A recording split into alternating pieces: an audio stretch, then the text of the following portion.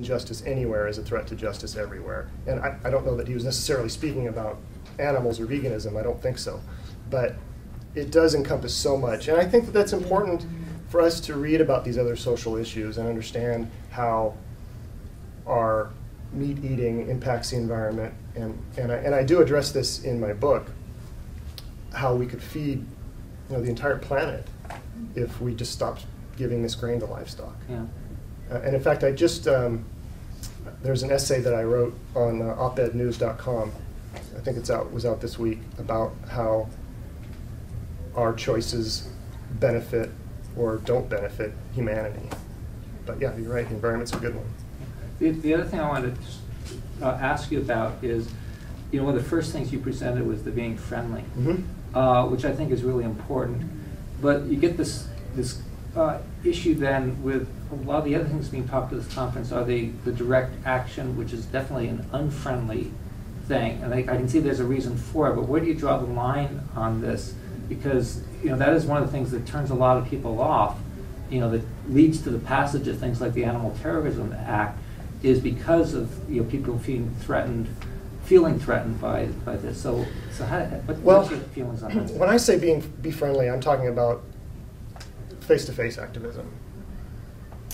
When you're talking about direct action where you're going into a vivisection lab or you're going into a factory farm and you're rescuing animals, I don't think you necessarily have to be friendly to anybody but the animals that you're rescuing. I'm not condoning or supporting necessarily going into a lab and doing a lot of destruction, but I understand the frustration behind that and the anger. And yeah, ALF isn't being friendly when they do that, but they're doing it for the animals. Now I bet you that those ALF activists, when they're one-on-one with people, take a much different approach. And they're probably not spray painting people, or yeah, I think it's just different. You pick the type of activism for the moment. Again, going back to the luncheon that I had, I could have leafleted, I could have given out my PETA information to everybody at the table, but I probably wouldn't have gotten very far. It was much easier for me to just say, answer their question, this is why I'm not eating animals, and if one person at that table of 7 went home and thought, wow, I never heard that before, then that's a success. That's one person who is starting to make the connection. So, did I answer your question about the direct action thing? Well, yeah, I mean, it's a conflict there. And yeah. I think you said you decide on a case-by-case basis, which seems quite a reasonable thing to do. Yeah, and when you're doing those direct action models, again, you're not having FaceTime with people.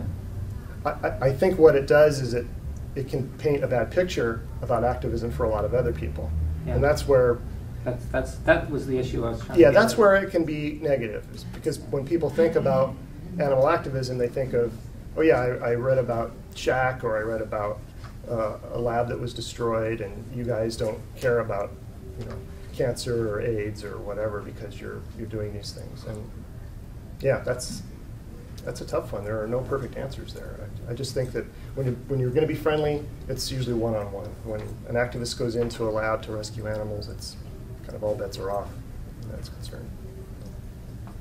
Okay, anyone else? Yeah, Mark, could you tell people the name of your recent editorial so they can go home and search for it? Oh, it's Compassion. I'm sorry. What is the patriotism? No, that's it. Yeah, Compassion is Patriotic. Go Veggie. I wrote it for 4th of July. I was advising people to embrace compassion, don't barbecue animals. These animals are denied life, liberty, and the pursuit of happiness. They spend all their time confined, and yet we're celebrating our independence. I thought that was kind of ironic. So yeah, it's on opednews.com. Actually, a good time for me to put in a plug for Northwest Veg is having a 4th of July meatless potluck at Raleigh Park, which everybody is invited to. Great. What time does it start? 4th of July. Oh, 4th of July. I think it's 1 o'clock. Oh, 1 o'clock. Yeah, it's on www.nwveg.org on our calendar. All right, I think we're just about it. We're going to have lunch now, so thank you very much.